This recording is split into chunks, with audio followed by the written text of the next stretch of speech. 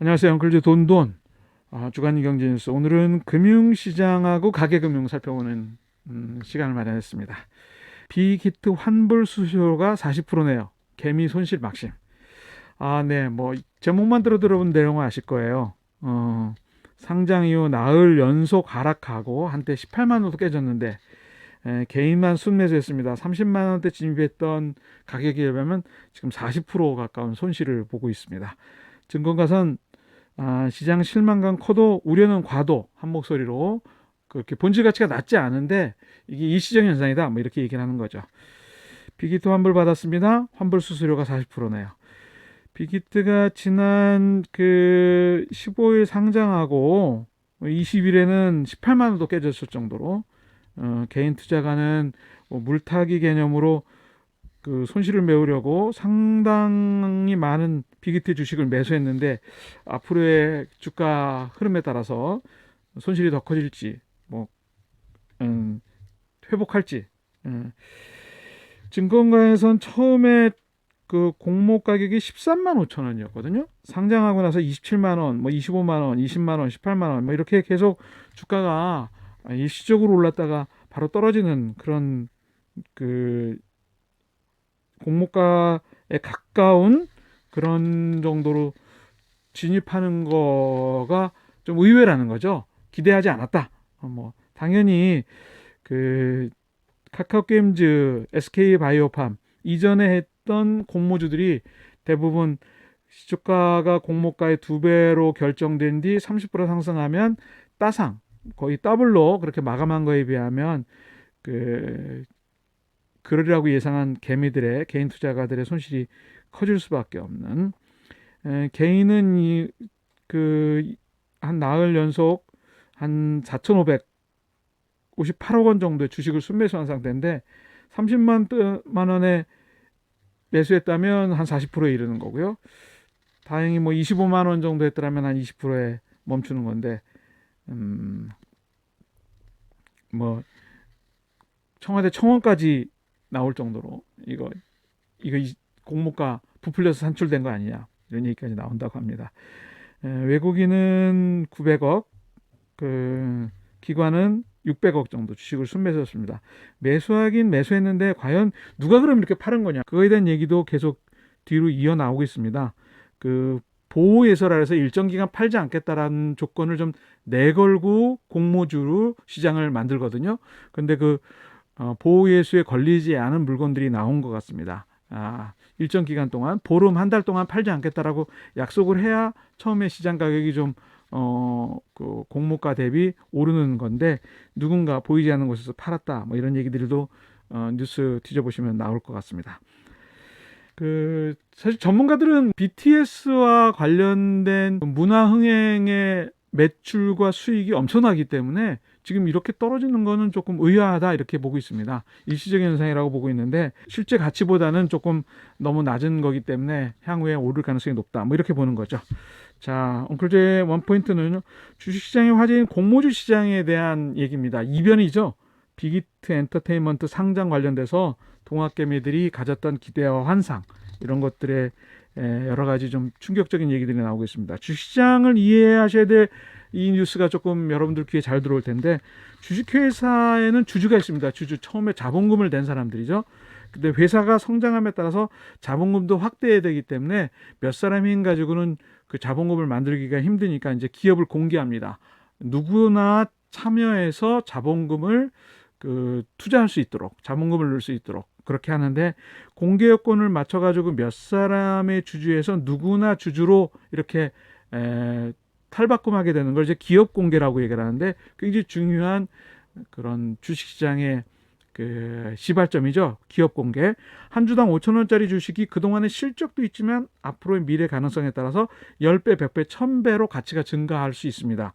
기업 공개할 때 주식 모집하는 것을 공모주라고 얘기하는데 이 주식 모집에 관련된 공모주 시장이 그동안 굉장히 인기였죠.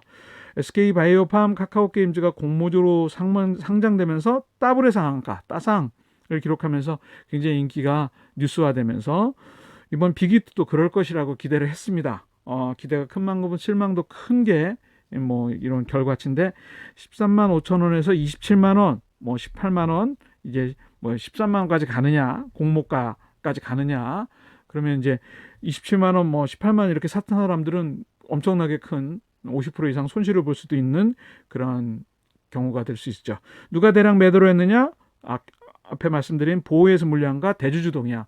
이게 몇 사람이 내놔서 되는 문제는 아니고 대주 중에 누가 내놨을 거다. 또 누가 부지런히 사모하느냐? 개미를 중심으로 해서 기관 외국인 다 샀는데 과연 그럼 누가 판 거냐? 이 부분에 대한 얘기가 화제가 되고 있고요. 또 하나는 공모시장의 특성을 정확히 이해하셔야 되는데 항상 상승하는 게 아니라 과거 한 30년 동안에 제가 지켜본 주식시장에 의하면 하락도 있을 수 있다. 이것을 좀 기억을 하면서 기업의 본질 가치 좀 따지는 그 공모주 설명서 같은 거를 보면서 과연 여기에 어떤 조건으로 어떻게 이 공모가가 산정이 됐는지에 대해서 좀 여러분들이 관심을 가지면서 좀 보시고 그다음에 투자를 할 필요성이 있어요. 공모주는 다 상승해 뭐 이렇게 단언하는 것 옳지 않다. 제가 미리 말씀을 좀 드립니다. 자, 이번엔 가계금융 얘기 한번 해볼까요? 내 돈 한 푼 안 들이는 무갭 빌라 매매 급증 뭐 이런 얘기가 나왔습니다. 그 돈 한 푼 내지 않고 주택을 매매하는 무갭 거래가 빌라를 중심으로 확산하고 있습니다. 주택도시보증공사 허그에서 전세대출 제도가 활용되는 정황도 나타났고요. 국회 국정감사에서 이런 얘기가 나왔는데 사실 이 얘기는 그전부터 있었습니다. 제가 좀 자세히 설명드릴 텐데요. 공시가의 150% 한도의 전세금 보증액이 올 3, 4분기 현재 6,678억 원으로 지난 분기 1, 4분기 1,671억 원에 대비해서 약 4배가량 증가한 걸로 그렇게 나타났습니다. 물론 이건 뭐 아시다시피 전세 시장의 그 매물을 구하기 힘드니까 이제 빌라로 밀리면서 살집을 구해야 되는 사람들이 뭐 조건을 가리지 않고 지금 급한 대로 살집을 구하느라는 거 이런 현상이 나타나는 것 같습니다. 서울 빌라는 시가격의 150%를 주택가격으로 산정해서 전세금 대출액이 나오기 때문에 빌라는 시가 산정이 어렵기 때문에 주택가격을 공시가격의 150%로 한도로 잡아주고 있는 것이 현실입니다. 이런 무갭태자로 전세금 돌려막기가 원활하지 않고 나중에 전세 가격이 조금 이대로 있으면서 집값이 좀 하락하면 당연히 이게 그 깡통 전세로 그렇게 전락할 수 있는 가능성이 높고 그다음에 전세보증 업체인 주택도시보증공사 같은 경우는 보증사고로 직결되면서 중간에 세입자가 굉장히 어려움에 처할 수 있는 가능성이 높아진다고 그렇게 뉴스는 전하고 있습니다. 엉클잼 원포인트는요. 부동산 시장에서 중요한 사실을 확인하는 뉴스입니다. 연립 빌라 매매와 전세 일반적인 관해 조금 여러분들이 알아두셔야 되는데 아파트 매매 규제와 가격 상승 덩들어서 뭐 전세 시장 가격도 올랐죠. 매물조차 없는 서울 전세 시장의 출구로 연립 빌라에 몰리는 서민 수요. 여러분들이 그 이런 전세라든가 또는 뭐 강남 서울에 뭐 10억 이상 20억 이런 아파트를 그 꿈꾸지는 못한다 하더라도 일반 서민 입장에서 내 집 마련이라고 하는 또는 전세를 그 살아야 되겠다라고 하는 사람 입장에서는 꼭 아셔야 되는 사실 빌라 매매 현실은 있습니다. 이렇습니다. 건축 후 신축 빌라 분양에서 분양가를 부풀려 가지고 분양가의 70% 대출 가능으로 계약금의 소액으로도 빌라를 구입할 수 있다. 이런 광고를 여러분들이 보신 적이 있다면 이 경우는 이렇습니다.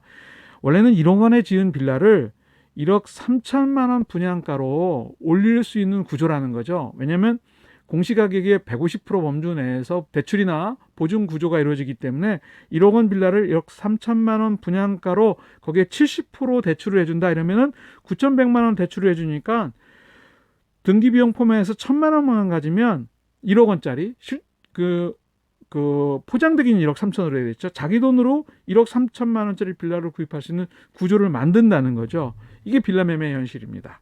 그러니까 1억 원짜리 빌라를 1억 3천만 원짜리 분양가로 그 위장을 해서 그렇게 포장을 해서 70% 대출이면 9,100만 원 대출이 되니까 1,000만 원만 가지면 내 집을 마련할 수 있다. 이런 구조죠.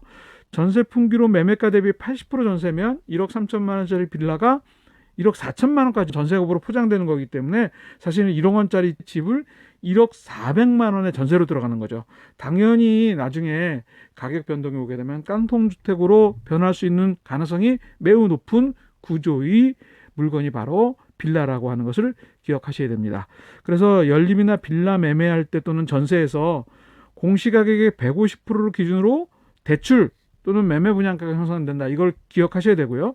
계약금으로 빌라 구매가 가능하다. 이런 광고는 여러분들이 한번 다시 뒤집어 보셔야 된다는 얘기. 그다음에 전세인 경우는 전세가 대비 비율 높은 시기에는 특별히 요즘 같은 경우에 뭐 전세를 구하기 힘드니까 전세 가격이 자꾸만 70%에서 원래는 한 60% 정도 평상시에는 형성되는 게 일반적인데 70% 80%까지 올라가는 경우, 이런 경우에는 특별히 조심할 필요가 있다. 이런 말씀을 좀 드리면서 제가 가계금융과 관련된 여러분들의 주거 문제 짚어드렸습니다. 근래 주간 뉴스는 여기까지 하겠습니다. 궁금하신 경제금융용어, 뉴스 내용, 금융상품, 재무상담, 돈과 관련된 고민 댓글로 주시면 제가 고민해서 여러분하고 같이 생각해 보고요. 그 다음에 돈돈 주간 뉴스 여러분들이 구독, 좋아요 눌러주시면 저도 더 힘이 납니다. 다음 시간에 뵙겠습니다. 건강 조심하십시오. 감사합니다.